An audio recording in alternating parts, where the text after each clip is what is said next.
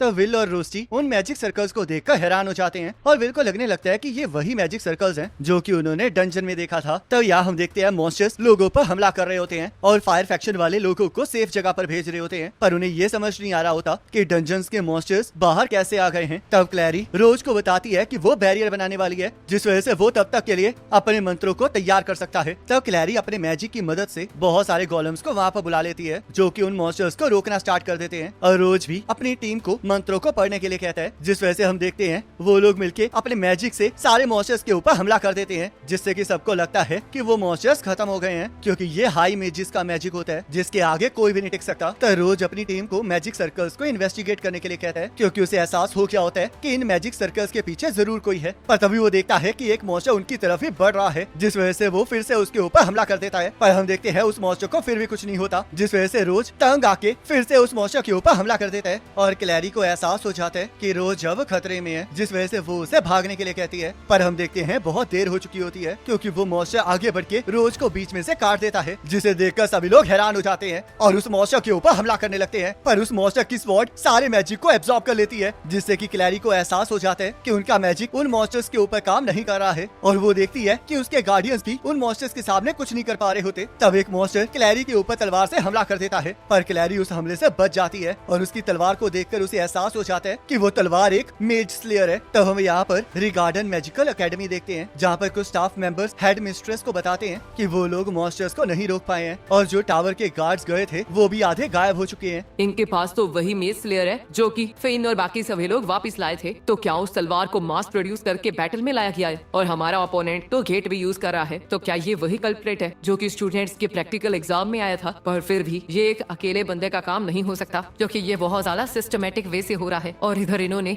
Terminalia के बाद ये अटैक किया है, तो आखिरकार ये लोग चाहते क्या है। रुको जरा, ये मॉन्स्टर्स तो इसी तरह बढ़ रहे हैं, तो इसका मतलब दुश्मनों का टारगेट मैजिया वेंडर्स हैं। तब हेड मिस्ट्रेस सभी को टावर को डिफेंड करने के लिए कहती है और यहाँ मैजिया वेंडर्स को भी ये एहसास हो गया होता है कि वो हमला उन्हीं को टारगेट कर रहा है क्योंकि टर्मिनालिया के बाद सारे मैजिया वेंडर्स कमजोर हो जाते हैं और वो लोग चाह कर भी कुछ नहीं कर पा रहे होते। तब जियो उनके लीडर एरन से पूछने लगता है कि क्या वो लोग ये होता हुआ बस देखते ही रहेंगे। तब एरन इस पर हाँ कहता है और किसी भी मैजिया वेंडर को वहाँ से बाहर जाने से मना करता है क्योंकि अगर वो भी हार जाएंगे तो उनको बचाने वाला बैरियर भी खत्म हो जाएगा, जिस वजह से सेलेस्टियल होस्ट धरती के ऊपर हमला कर देंगे और पूरी धरती को तबाह कर देंगे। तो यहाँ मार्स को भी एहसास हो जाता है कि मैजिया वेंडर्स बाहर नहीं आने वाले, जिस वजह से अब वो लोग उन्हें नहीं हरा सकते। पर तब हेडलेस उसे वहाँ का दृश्य को एंजॉय करने के लिए कहता है और उसे इसमें बहुत ज्यादा मजा आ रहा होता है क्योंकि बहुत सारे लोग मर रहे होते हैं और यहाँ आयरिस को भी समझ नहीं आ रहा होता कि आखिरकार उसे क्या करना चाहिए। तब वो देखती है कि एक छोटी लड़की और उसकी माँ मुसीबत में है, जिस वजह से वो एक मॉन्स्टर के ऊपर हमला कर देती है, पर उस मॉन्स्टर की तलवार उस मैजिक को एब्जॉर्ब कर लेती है और वो मॉन्स्टर उस लड़की और उसकी माँ पर हमला कर देता है। पर तभी विल बीच में आकर उसके हाथ को काट देता है, जिसे देखकर मार्स हैरान हो जाता है। मैं इससे पहले यही सोच रहा था कि ये दुनिया कितनी ज्यादा अनकाइंड है और स्वॉर्ड्स के प्रति क्रूअल है, जिस वजह से मुझे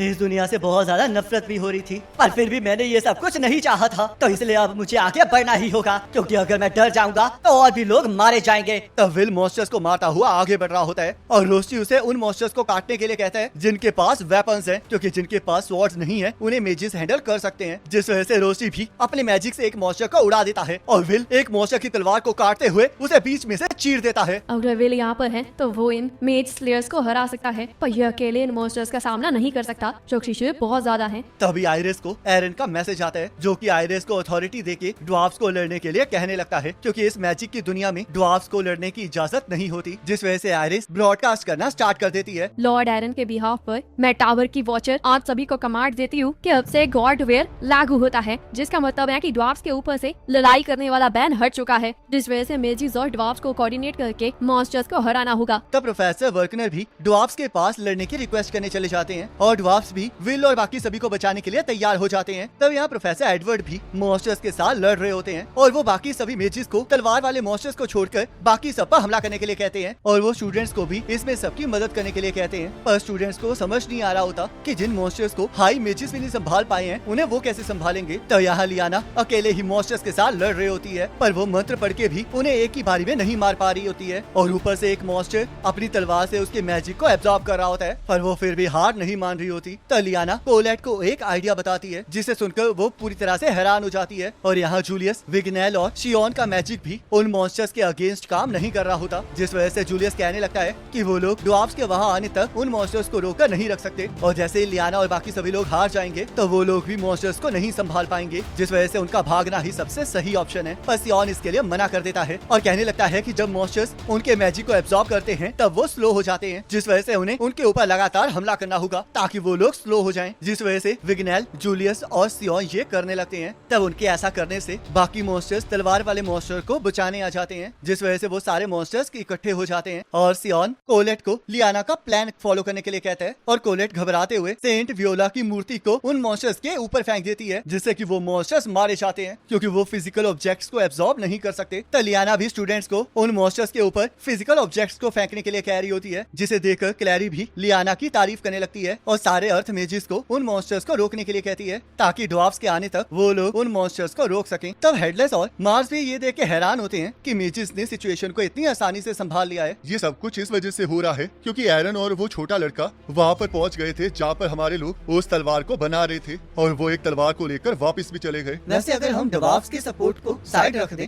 तो कुछ मेजिस ने भी इसे बहुत जल्दी अडेप्ट कर लिया है, जिसका मतलब हमारे सीक्रेट वेपन के बारे में इन्हें पहले ही अंदाजा हो गया था। इसी वजह से तो हमने ये जल्दी किया है क्योंकि अगर अपर इंस्टीट्यूट ने उस तलवार को एनालाइज कर लिया होता और उसके अगेंस्ट कोई काउंटर मैया निकाल दिया होता तो मैं ये नहीं देख सकता था, जिस वजह से हमें ये छोटा सा अटैक करना पड़ा। पर अगर उन्हें हमारे प्लान के बारे में पता ना लगता तो एक परफेक्ट सरप्राइज अटैक होता। वैसे हमारे पास कोई चॉइस भी नहीं थी और यहाँ पर कुछ और भी फैक्टर्स हैं, जिसे देखकर मुझे लग रहा है कि अब हमें अपने अगले स्टेज पर चले जाना चाहिए। तो चलो फिर अब स्पेशल ट्रीट की बारी है। तब हेडलेस एक और गेट को खोल देता है और विल उस गेट को देखकर हैरान हो जाता है। तब उस गेट में से एक मॉन्स्टर बाहर आने लगता है जो कि सीधा विल के ऊपर एक जोरदार हमला करता है और विल बिल्डिंग्स को तोड़ता हुआ दूर जाकर गिरता है, जिसका एहसास रोस्टी को भी हो जाता है। तब यहाँ फिन उन बंदों के पास पहुँच गया होता है जिन्होंने उस मेज स्लेयर वाली तलवार को बनाया होता है और वो उनसे जानकारी निकालने की कोशिश कर रहा होता है। पर तभी वो बंदा बताता है कि अब बहुत देर हो चुकी है क्योंकि उसे डंजन में लाने का उन्हीं का प्लान था ताकि वो सरफेस के ऊपर हमला कर सके। तो ये सुनते ही फिन उस पर्सन को मार देता है और वो मॉन्स्टर विल के ऊपर हमला कर देता है, जिससे कि पूरी की पूरी बिल्डिंग टूट जाती है पर विल बच जाता है। तब उस मॉन्स्टर के साथ लड़के विल को एहसास हो जाता है कि वो पिछले वाले मॉन्स्टर से भी ज्यादा ताकतवर है और यहाँ क्लैरी भी उस मॉन्स्टर को पहचान लेती है, जिस वजह से उसे एहसास हो जाता है कि वो 40th फ्लोर का मॉन्स्टर डिवेंडर है और उसने मैजिया वेंडर्स के प्रीवियस जनरेशन को भी मारा है। तब हमें पता चलता है कि उसे पकड़ने के लिए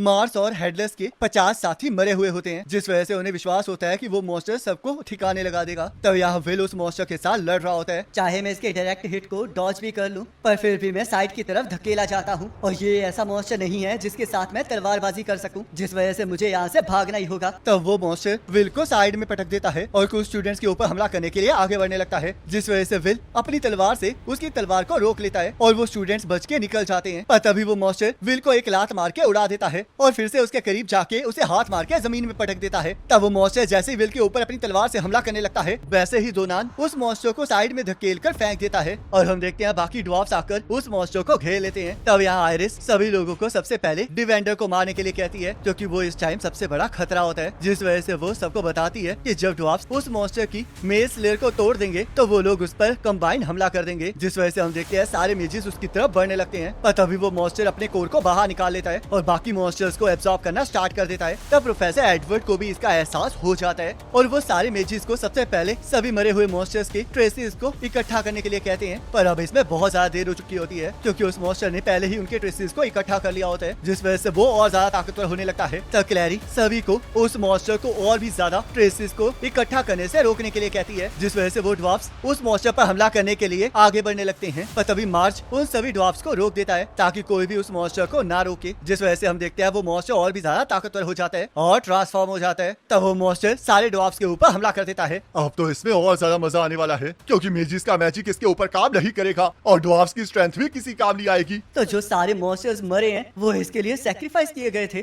ताकि ये लोग अपने सीक्रेट वेपन को ताकतवर बना सके। अब असली पार्टी स्टार्ट हो चुकी है और ये सिटी वो जगह है जहाँ पर ये पार्टी हो रही है, जिस वजह से अब इसके अंदर मैजिया वेंडर्स मारे जाएंगे। ये तो बहुत ज्यादा ताकतवर है और इसके सामने तो ड्वार्फ्स और मेजिस भी नहीं टिक पाएंगे। तो इसलिए अगर मुझे इसे रोकना है तो मुझे उसी पावर का इस्तेमाल करना पड़ेगा जिसका इस्तेमाल मैंने डंजन में किया था। तब रोस्टी उसे अपनी तलवार को तैयार करने के लिए कहता है और अपने मैजिक को उसकी तरफ फेंकता है। पर तभी वो मॉन्स्टर रोस्टी के मैजिक को एब्जॉर्ब कर लेता है और रोस्टी के करीब आकर उसके हाथ को काट देता है, जिसे देखकर विल को बहुत गुस्सा चढ़ जाता है और वो मॉन्स्टर के ऊपर लगातार हमला करना स्टार्ट कर देता है। पर वो फिर भी मॉन्स्टर का कुछ नहीं बिगाड़ पा रहा होता। तब यहाँ रोस्टी कीकी को कॉलेट के पास जाने के लिए कहता है और उससे वादा करता है कि वो उसके मास्टर को बचा कर रहेगा, जिस वजह से कीकी कोलेट के पास चली जाती है और यहाँ रोस्टी ने तय कर लिया होता है कि उसे अब क्या करना होगा। तब यहाँ विल पूरे गुस्से में उस मॉन्स्टर के साथ लड़ रहा होता है और उसे एहसास हो जाता है कि वो उस मॉन्स्टर को नहीं हरा सकता, क्योंकि उसकी कोई भी नॉलेज और गुस्सा या फिर उसकी कोई भी स्किल इस सिचुएशन में उसकी मदद नहीं करने वाली है। तब वो मॉन्स्टर विल को दीवार में पटक देता है, जिससे कि विल को एहसास हो जाता है कि वो मरने वाला है। और जैसे ही वो मॉन्स्टर विल के ऊपर हमला करता है, वैसे हम देखते हैं रोस्टी बीच में आ गया होता है और उस मॉन्स्टर की तलवार रोस्टी के आर पार हो चुकी होती है, जिससे कि विल का दिल टूट जाता है। और इसी के साथ ये एपिसोड खत्म हो जाता है। अब नेक्स्ट एपिसोड का लिंक आपकी स्क्रीन पर आ रहा होगा, उस पर क्लिक करके अगले एपिसोड को देख सकते हो।